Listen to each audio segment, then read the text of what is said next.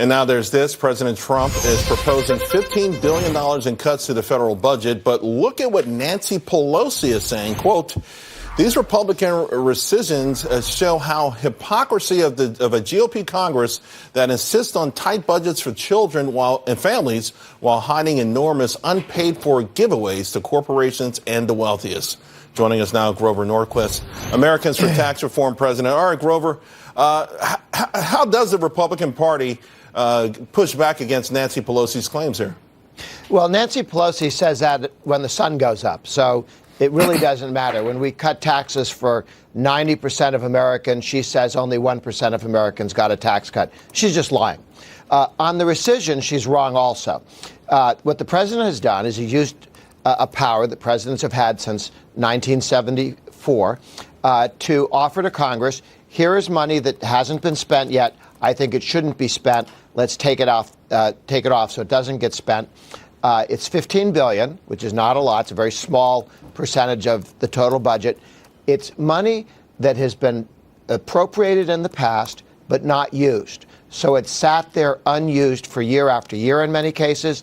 What would happen if we don't get rid of it now is that somebody with a big spending idea would say, I've got a big spending idea, but it's free because we're going to get rid of these other packets of money. So what we're saving is the new idea that somebody's going to have to try and spend more money. It will reduce the deficit and debt by $15 billion, but it's not coming out of pockets right now because that money is laid there for a while. It hasn't been spent. It hasn't been reappropriated. Well, Grover, there have been talk, though, of President Trump using the same ability, this clawback ability to go after that omnibus bill.